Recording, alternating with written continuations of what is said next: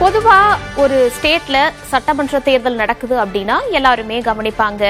யார் ஆட்சி அமைக்க போறா, எந்த கட்சி நல்லா செயல்படுது, அடுத்த ஆட்சி அவங்களுக்கு எப்படி இருக்கும்னு நிறைய எதிர்பார்ப்புகள் இருக்கும். இந்த முறை தமிழ்நாட்டை பொறுத்த வரைக்கும் கூடுதல் எதிர்பார்ப்பு இருந்துச்சு அப்படின்னு தான் சொல்லணும். அதற்கு முக்கிய காரணமாக தமிழக வெற்றி கழகம் நடிகர் விஜயால தொடங்கப்பட்டு முதல் முறையாக தேர்தலையும் சந்திச்சிருந்தாங்க. இதன் காரணமாக இளைஞர்கள் மத்தியில யாருக்கு அவர்களினுடைய வாக்கு அப்படிங்கிற ஒரு எதிர்பார்ப்பு இருந்துச்சு. ஓகே, எலெக்ஷன் எல்லாம் முடிஞ்சிருச்சு, மே 4ஆம் தேதி ரிசல்ட் வரப்போகுது. ரிசல்ட்டிற்கு பிறகு யார் அதிக பெரும்பான்மை பெற்றிருக்காங்களோ அவங்க ஆட்சி அமைப்பாங்க, வழக்கம் போல நம்ம வேலையெல்லாம் தொடங்கும் அப்படின்னு எதிர்பார்த்துட்டு இருந்தோம். ஆனா மே 4க்கு பிறகுதான் ஆட்டம் இன்னுமே அதிகமாக இருக்கு அப்படின்னு நம்ம பார்க்க முடியுது. மே 4 அன்று வெளியான தமிழ்நாடு சட்டமன்ற தேர்தல் முடிவுகளை பார்க்கும்போது பெரும்பான்மைன்னு சொல்லக்கூடிய அந்த 118 யாருக்கும் கிடைக்கல. தாவேகா 108 இடங்கள் வெற்றி பெற்றிருக்கிறதுனால அடுத்து ஆட்சி அமைப்பதற்கு யார் ஆதரவு தருவார்கள் அப்படிங்கிற ஒரு கேள்வியும் எழுந்திருக்கு.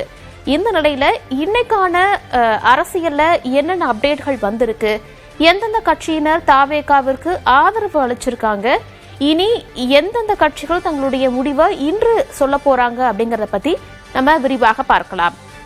முதற்கட்டமாக அந்த எண்கள் எப்படி இருக்கு, இப்போ எப்படி மாறி இருக்கு அப்படிங்கறத நம்ம பார்க்கலாம்.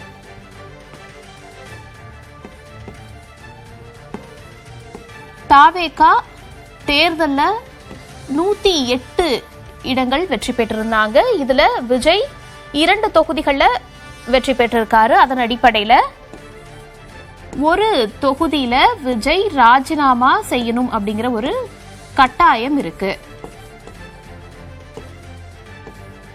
அப்படி பண்ணினார்னா 107ஆக ஒரு தொகுதி ராஜினாமா விஜய் செய்ய வேண்டியதாக இருக்கும். அப்படி ஆகும்போது 107ங்கிற நம்பர் இருக்கும். சோ 118 அப்படிங்கிற சொல்லக்கூடிய அந்த மேஜிக் நம்பர் தான் இப்போ அரசியல் களத்துல ரொம்பவே பாப்புலரான ஒரு நம்பராக இருக்கு. காங்கிரஸ் தங்களுடைய ஆதரவை தாவேகாவிற்கு கொடுத்திருக்காங்க. திமுக கூட்டணியில இருந்து விலகி 5 எம்எல்ஏக்களினுடைய ஆதரவை தாவேகாவிற்கு கொடுத்திருக்காங்க. இனி வரக்கூடிய நாட்கள்ல தாவேகா பிளஸ் காங்கிரஸ் இணைந்து தேர்தலை சந்திக்க போறாங்க. உள்ளாட்சி தேர்தல், மக்களவை தேர்தல், மாநிலங்களவை தேர்தல்னு வரக்கூடிய நாட்கள்ல இரு கட்சிகளும் சேர்ந்து பயணிக்க போறாங்க. இதன் அடிப்படையில் உங்களுக்கு 5 எம்எல்ஏ சீட் அப்படிங்கிறது ஆதரவாக கிடைச்சிருக்கு. அடுத்ததாக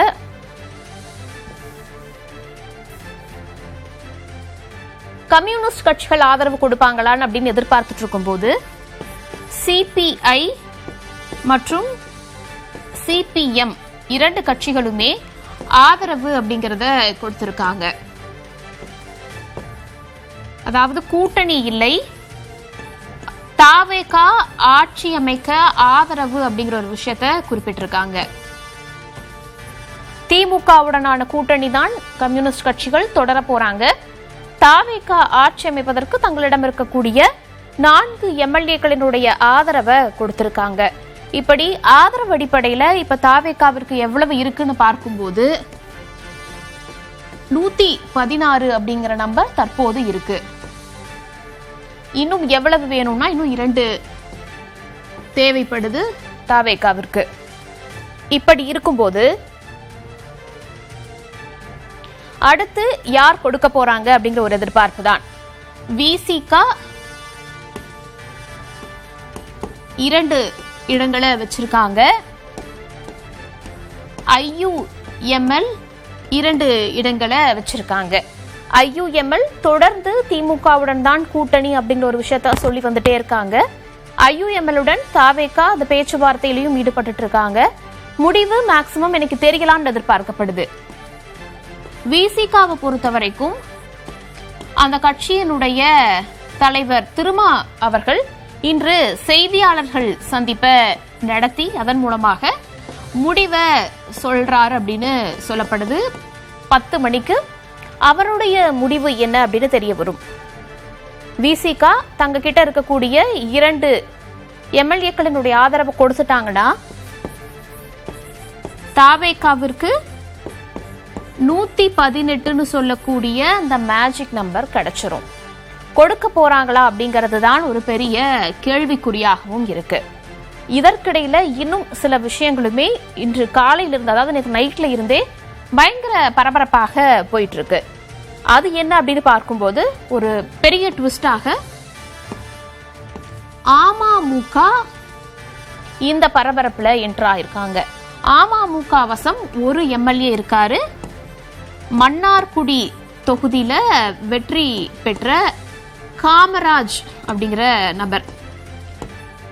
திமுகவில் இந்த சட்டமன்ற தேர்தலில் போட்டி போட்ட முன்னாள் அமைச்சர் டிஆர்பி ராஜாவை எதிர்த்து போட்டி போட்டு அமமுக எம்எல்ஏ வெற்றி பெற்றிருக்காரு. இப்போ இங்கதான் சிக்கல் வருது. ஒரு வீடியோவை சமூக வலைதளங்களை பார்க்க முடியுது. அந்த வீடியோவை பொறுத்த வரைக்கும் என்ன சொல்லுதுன்னா, தாவேகாவிற்கு ஆதரவு அப்படிங்கிற ஒரு நிலைப்பாட்டை காமராஜ் எடுத்திருக்காரு. தாவேகாவிற்கு அவர் தன்னுடைய ஆதரவை கொடுத்திருக்காரு அப்படின்னு ஒரு செய்தி பரவுது. அதற்கான வீடியோ காட்சிகளுமே வெளியாகுது. அதனால பரபரப்பு ஏற்படுது. இப்படி இருக்கும்போது டிடிவி தினகரன் அதற்கு மறுப்பு தெரிவிச்சு ஒரு செய்தியாளர்களிடம் பேசும்போது நிறைய விஷயங்களை சொல்றாரு. எங்க எம்எல்ஏ அப்படி எந்த ஒரு இதையும் கொடுக்கல, அவர் காணவில்லை அப்படிங்கிற மாதிரியான விஷயத்த சொல்றாரு. அதற்கு பிறகு இவங்க 2 பேரும் சேர்ந்தே பிரஸ் மீட்ல இருக்கிறத பார்க்க முடியுது. டிடிவி தினகரன் என்ன சொல்றாருன்னா, குதிரை பேரம் நடந்திருக்கு, தாவேகா இந்த மாதிரியான விஷயங்கள்ல ஈடுபடுறாங்க, சட்டப்படி இது சரியில்லை, நாங்க ஆளுநரை சந்திச்சிருக்கோம் அப்படிங்கிற மாதிரியான விஷயத்த டிடிவி சொல்றாரு.